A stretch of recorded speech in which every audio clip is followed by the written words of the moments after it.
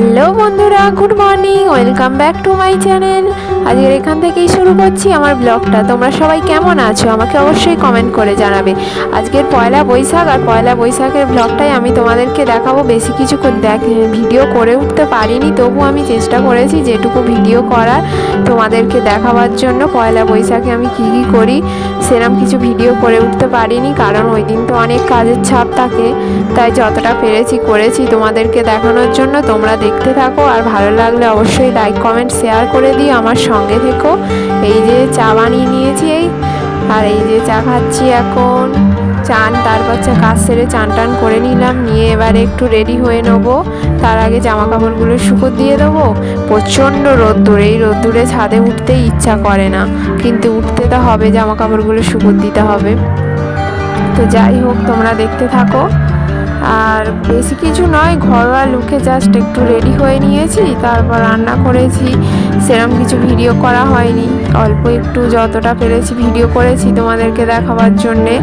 তোমরা ভালো লাগলে আমাকে কমেন্ট করবে, আমি আরও প্রতিদিন ভিডিও দেওয়ার চেষ্টা করব তোমাদের জন্যে, আর আমাকে অনেক অনেক ভালোবাসা দেবে।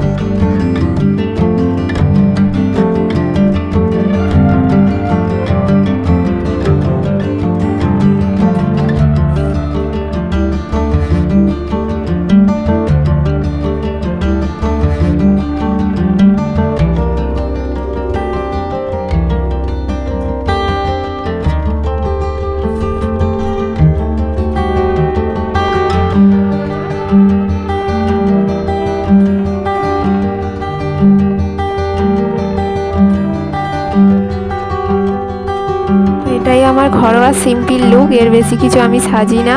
আর এই যে আমাদের গাছে কাঁচা লঙ্কা হয়েছে, সেটা তোমাদেরকে দেখালাম।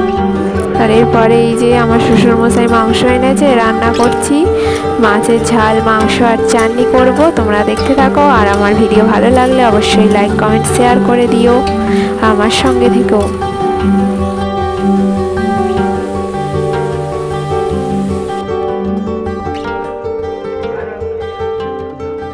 এখানেই ব্লগটা শেষ করলাম। টাটা বন্ধুরা।